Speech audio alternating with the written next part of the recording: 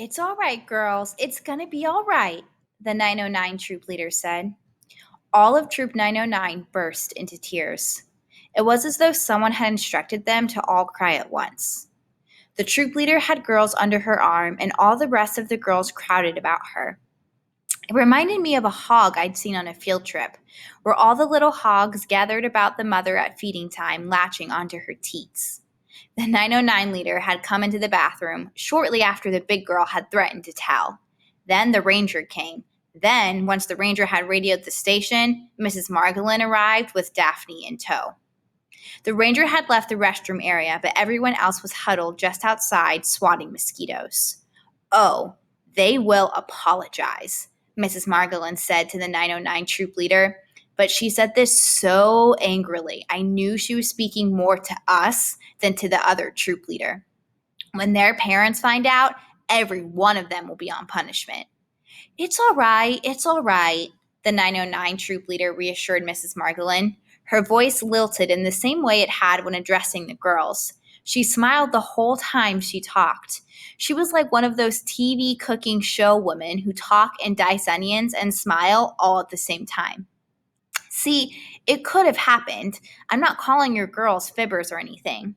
She shook her head ferociously from side to side, her Egyptian-style page boy flapping against her cheeks like heavy drapes. It could have happened. See, our girls are not retarded. They are delayed learners. She said this in a syrupy instructional voice, as though our troop might be delayed learners as well. We're from Decatur Children's Academy. Many of them just have special needs. Now we won't be able to walk to the bathroom by ourselves, the big girl said. Yes, you will, the troop leader said, but maybe we'll wait till we get back to Decatur. I don't want to wait, the girl said. I want my independence badge. The girls in my troop were entirely speechless. Arnetta looked stoic, as though she were soon to be tortured but was determined not to appear weak. Mrs. Margolin pursed her lips solemnly and said, Bless them, Lord, bless them. In contrast, the Troop 909 leader was full of words and energy. Some of our girls are echolalic. She smiled and happily presented one of the girls hanging onto her, but the girl widened her eyes in horror and violently withdrew herself from the center of attention, sensing she was being sacrificed for the village sins. Echolalic, the troop leader continued, that means they will say whatever they hear, like an echo. That's where the word comes from. It comes from echo. She ducked her head apologetically. I mean, not all of them have the most progressive of parents, so if they heard a bad word, they might have repeated it. But I guarantee it would not have been intentional. Arnetta spoke. I saw her say the word. I heard her. She pointed to a small girl, smaller than any of us, wearing an oversized t-shirt that read, Eat Bertha's Muscles. The troop leader shook her head and smiled. That's impossible. She doesn't speak. She can, but she doesn't. Arnetta furrowed her brow. No, it wasn't her. That's right. It was her. The girl Arnetta pointed to grinned as though she'd been paid a compliment. She was the only one from either troop actually wearing a full uniform. The mocha-colored A-line shift, the orange ascot, the sash covered with badges, though all the same one, the Try It patch. She took a few steps toward Arnetta and made a grand sweeping gesture toward the sash. See? She said, full of self-importance, I'm a brownie. I had a hard time imagining this girl calling anyone an N-word. This girl looked perpetually delighted, as though she would have cuddled up with a grizzly if someone had let her. On the fourth morning, we boarded the bus to go home. The previous day had been spent building miniature churches from popsicle sticks. We hardly left the cabin. Mrs. Margolin and Mrs. Hetty guarded us so closely almost no one talked for the entire day. Even on the day of departure from Camp Crescendo, all was serious and silent. The bus ride began quietly enough. Arnetta had to sit beside Mrs. Margolin. Octavia had to sit beside her mother. I sat beside Daphne, who gave me her prized journal without a word of explanation. You don't want it? She shook her head no. It was empty. Then Mrs. Hetty began to weep. Octavia, Mrs. Hetty said to her daughter without looking at her, I'm going to sit with Mrs. Margolin, all right? Arnetta exchanged seats with Mrs. Hetty. With the two women up front, Elise felt it was safe to speak. Hey, she said. Then she set her face into a placid, vacant stare, trying to imitate that of a Troop 909 girl. Emboldened, Arnetta made a gesture of mock pride toward an imaginary sash, the way the girl in full uniform had done. Then they all made a game of it, trying to do the most exaggerated imitations of the Troop 909 girls, all without speaking, all without laughing loud enough to catch the women's attention. Daphne looked down at her shoes, white with sneaker polish. I opened the journal she'd given me. I looked out the window, trying to decide what to write, search for lines, but nothing could compare with what Daphne had written. My father, the veteran. My favorite line of all time. It replayed itself in my head, and I gave up trying to write. But then it seemed that the rest of the troop had given up making fun of the girls in Troop 909. They were now quietly gossiping about who had passed notes to whom in school. For a moment, the gossiping fell off, and all I heard was the hum of the bus as we sped down the road and muffled the sounds of Mrs. Hetty and Mrs. Margolin talking about serious things.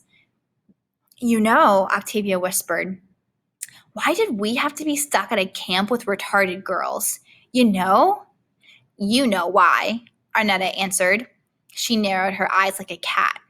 My mama and I were in the mall in Buckhead, and this white lady just kept looking at us. I mean, like we were foreign or something, like we were from China.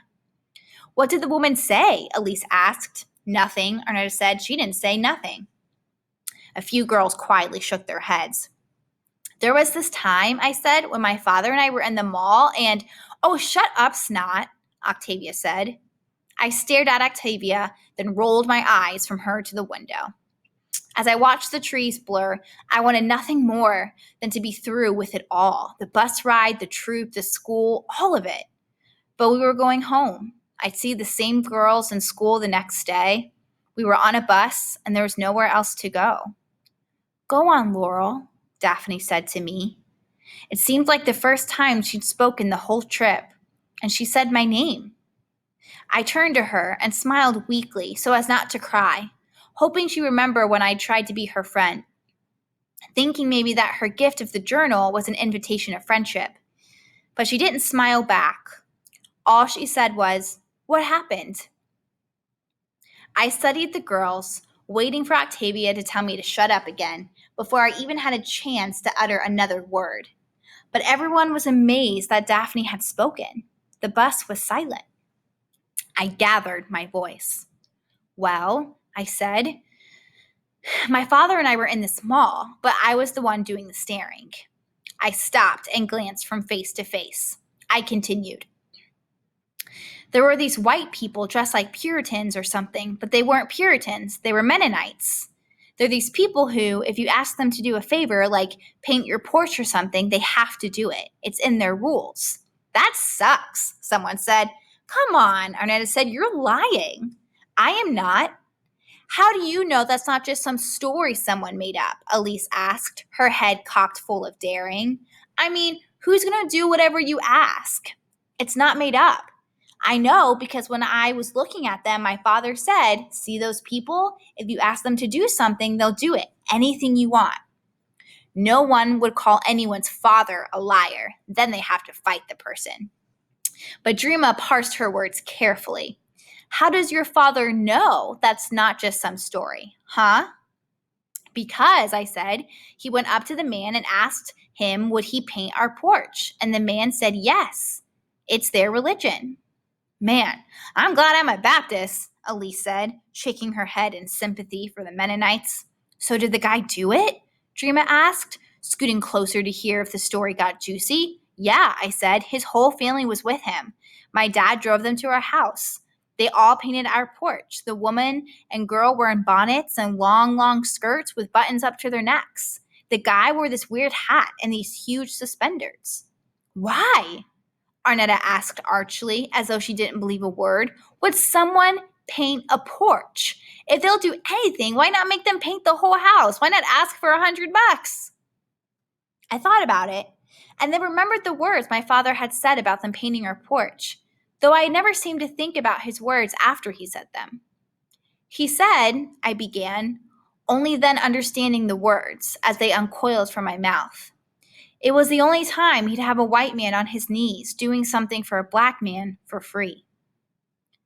I now understood why he meant and why he did it, though I didn't like it. When you've been made to feel bad for so long, you jump at the chance to do it to others. I remembered the Mennonites bending the way Daphne had bent when she was cleaning the restroom. I remembered the dark blue of their bonnets, the black of their shoes. They painted the porch as though scrubbing a floor. I was already trembling before Daphne asked quietly, Did he thank them? I looked out the window. I could not tell which were the thoughts and which were the trees. No, I said, and suddenly knew there was something mean in the world that I could not stop. Arnetta laughed. If I asked them to take off their long skirts and bonnets and put on some jeans, would they do it? And Daphne's voice quiet, steady. Maybe they would, just to be nice.